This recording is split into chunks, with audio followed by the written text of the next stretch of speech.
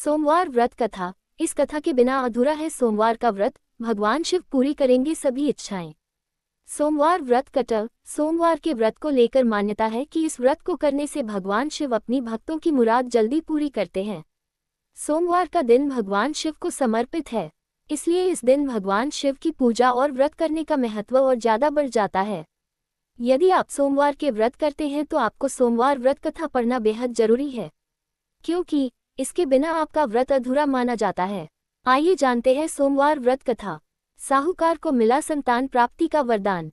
एक बार किसी एक नगर में एक साहूकार था। उसके घर में धन की कोई कमी नहीं थी, लेकिन कोई संतान न होने के कारण वह बहुत दुखी था। संतान प्राप्ति के लिए वह हर सोमवार को व्रत रखता था और पूरी श्रद्धा के साथ शिव मंदिर जाकर भगवान शिव और माता पार्वती की पूजा करता था। उसकी भक्ति देखकर एक दिन मां पार्वती प्रसन्न होकर भगवान शिव से साहूकार की मनोकामना पूर्ण करने का निवेदन किया।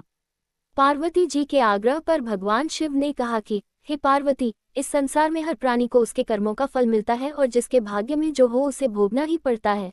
लेकिन पार्वती जी ने साहूकार की भक्ति देखकर उसकी मनोकामना पूर्ण करने की इच्छा व्यक्त की।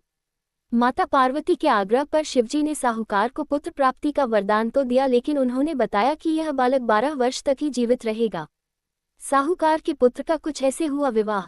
माता पार्वती और भगवान शिव की बातचीत को साहूकार सुन रहा था, इसलिए उसे ना तो इस बात की खुशी थी और ना ही दुख। वह पहले की भांति शिवजी की पूजा करता रहा। कुछ समय के बाद साहूकार की पत्नी ने एक पुत्र को जन्म दिया। जब वह बालक 11 वर्ष का हुआ तो उसे पढ़ने के लिए काशी भेज दिया गया। साहूकार ने पुत्र के मामा को बुलाकर उसे बहुत सारा धन देते हुए कहा कि तुम इस बालक को काशी विद्या प्राप्ति के लिए ले जाओ। तुम लोग रास्ते में यज्ञ कराते जाना और ब्राह्मणों को भोजन दक्षिणा देते हुए जाना। दोनों मामा भांजे इसी तरह यज्ञ कराते और ब्राह्मणों को दान दक्षिणा देते काशी नगरी निकल पड़े। इस दौरान रात में एक नगर पड़ा जहां नगर के राजा की कन्या का विवाह था, लेकिन जिस राजकुमार से उसका विवाह होने वाला था वह एक आंख से काना था।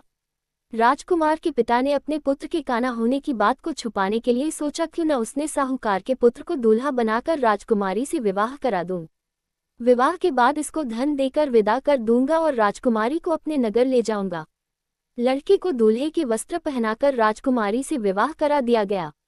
साहूकार का पुत्र ईमानदार था, उसे यह बात सही नहीं लगी, इसलिए उसने अवसर पाकर राजकुमारी के दुपट्टे पर लिखा कि तुम्हारा विवाह तो मेरे साथ हुआ है, लेकिन जिस राजकुमार के संग तुम्हें भेजा जाएगा वह एक आंख से काना है। मैं तो काशी पढ़ने जा रहा हूँ।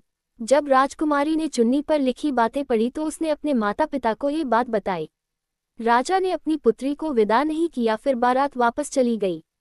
दूसरी ओर साहूकार का लड़का और उसका मामा काशी पहुंचे और वहां जाकर उन्होंने यज्ञ किया। जिस दिन लड़का 12 साल का हुआ उस दिन भी यज्ञ का आयोजन था। लड़के ने अपने मामा से कहा कि मेरी तबीयत कुछ ठीक नहीं है। मामा ने कहा कि तुम अंदर जाकर आराम कर लो। शिवजी के वरदानुसार कुछ ही देर में उस बालक के प्राण निकल गए। मृत भांजे को देख उसके मामा ने विलाप करना शुरू किया। संयोगवश उसी समय शिवजी और माता पार्वती उधर से जा रहे थे। पार्वती माता ने भोलेनाथ से कहा, स्वामी, मुझे इसके रोने के स्वर सहन नहीं हो रहा, आप इस व्यक्ति के कष्ट को अवश्य दूर करें। जब शिवजी मृत बालक के समीप गए तो वह बोले कि यह उसी साहूकार का पुत्र है जिसे मैंने 12 वर्ष की आयु का वरदान दिया था।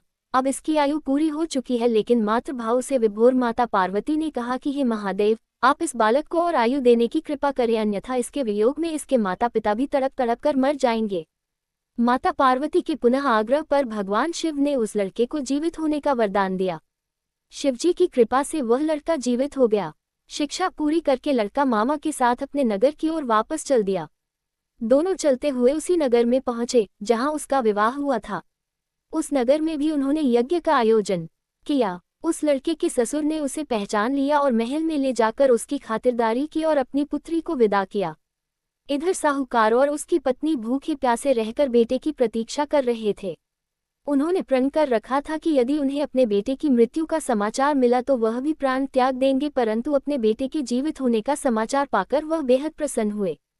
उसी रात भगवान शिव ने साहूकार के स्वप्न में आकर कहा, हे श्रेष्ठी, मैंने तेरे सोमवार के व्रत करने और व्रत कथा सुनने से प्रसन्न होकर तेरे पुत्र को लंबी आयु प्रदान की है।